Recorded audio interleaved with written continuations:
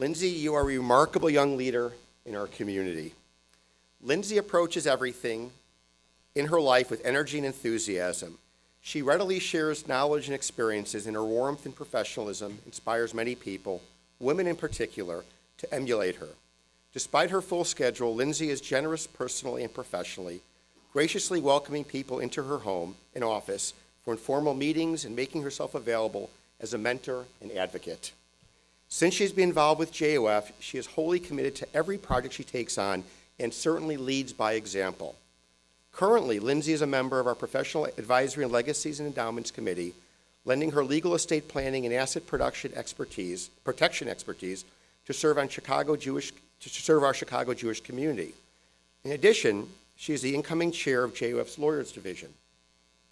An expert in her field, Lindsey has been invited numerous times to share estate planning advice on local TV news programs. Her goal is to ensure her clients and friends to consider long-term planning with a place for philanthropic giving, especially to Federation, in those plans. She herself has made a Lion of Judah endowment gift, and her efforts have brought in 18 other young people who have committed an endowment to JOF, and I know that list is going to continue to grow over the years. She lives fully with the belief that we build a stronger community by giving back together. Lindsey participated in the second cohort of the Jewish Leadership Institute and served as past chair of the JOF Standard Club event. She was also among the inaugural cohort of OI Chicago and YLD's 36 Under 36. Lindsey is finishing her first year as a National Young Leadership Cabinet member, and she continues her involvement with Cabinet through local and national retreats and events. She also participated in the 2016 study mission to Berlin and Israel. Outside of JOF, Lindsey co-chairs the Standard Club's membership committee. She is active in Chuhak Tuckson's Women Helping Women initiative and has chaired and directed several events supporting the efforts of other nonprofit organizations. Lindsey is a principal with the law firm of Chuhak and Tuckson, heading up their estate planning group. Lindsey received her JD from Loyola University and her MA in International Economics and Finance from Brandeis University. And I can tell you this list of accomplishments is so long, takes so long to go through, that I was actually concerned that you would term out with your eligibility as a young leadership award recipient when I got through it, but I think we've gotten through all of it. Lindsey, I'm happy to bestow this honor upon you today. Your dedication and enthusiasm are creating a vibrant future for our Chicago Jewish community. Everyone, please join me in congratulating Lindsey on receiving this year's Davis, Gidwitz, and Glasser's Young Leadership Award.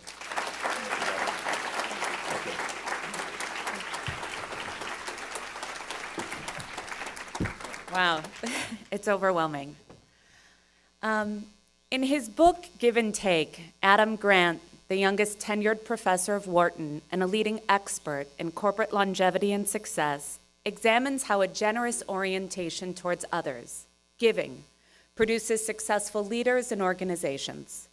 But let's be honest, Talmudic writing long preceded Grant. And as my mother can attest, neuroscience has recognized that behaviors which persist over generations alter our DNA. Giving has now become part of our Jewish DNA. My grandparents set wonderful examples of making tzedakah a way of life. They gave to individuals they personally knew in need, and most important, they gave before being asked to ensure that the recipients would be able to maintain their sense of dignity. My parents have certainly followed suit, and they give new meaning to the words generosity and inclusion. Grateful, I am now committed that the next generation of our family also understands the importance of giving. As the first little girl in our family, my Auntie Sherry started me on a doll collection. It meant the world to me.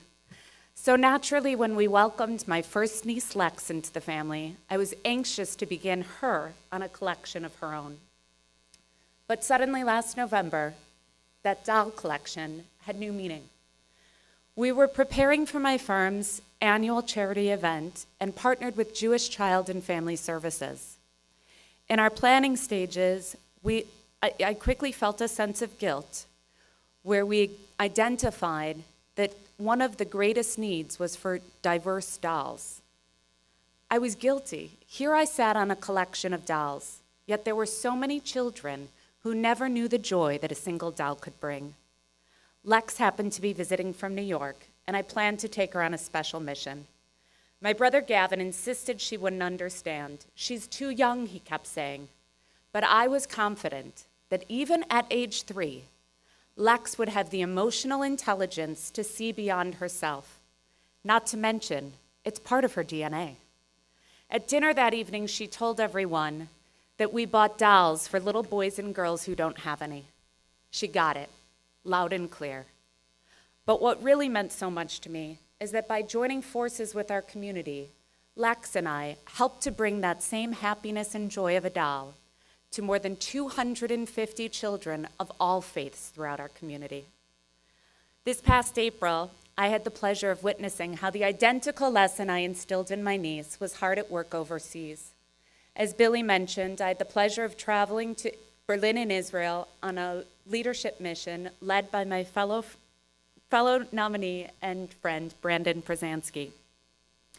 In our partner city of Kiryat Gat, our local JUF helped fund SAHI, a program designed to transform the recipients of welfare, in this case at-risk youth, into philanthropists.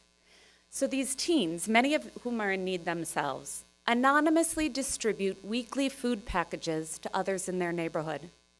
This form of giving, in such a dignified manner, was very reminiscent of my grandparents, and also reflected what the great Talmudic scholar Maimonides characterized as one of the highest forms of tzedakah.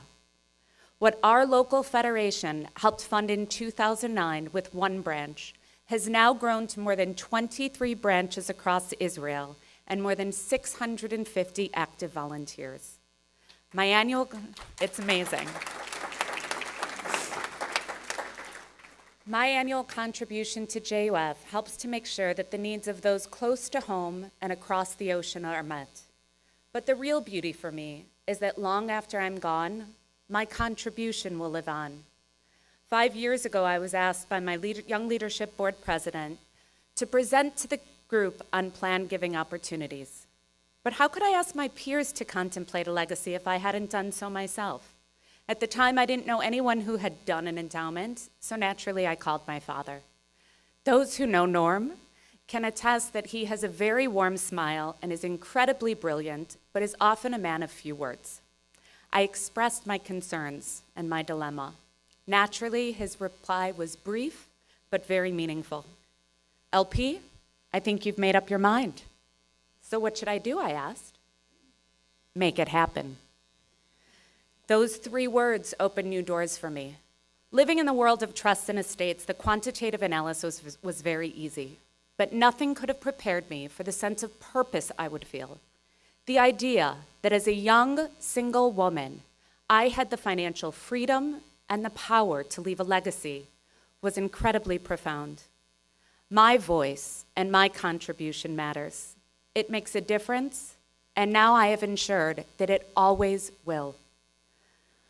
I am humbled to share today and all of the magnificent memories with the other wonderful honorees, Brandon, Caroline, Erez, and David.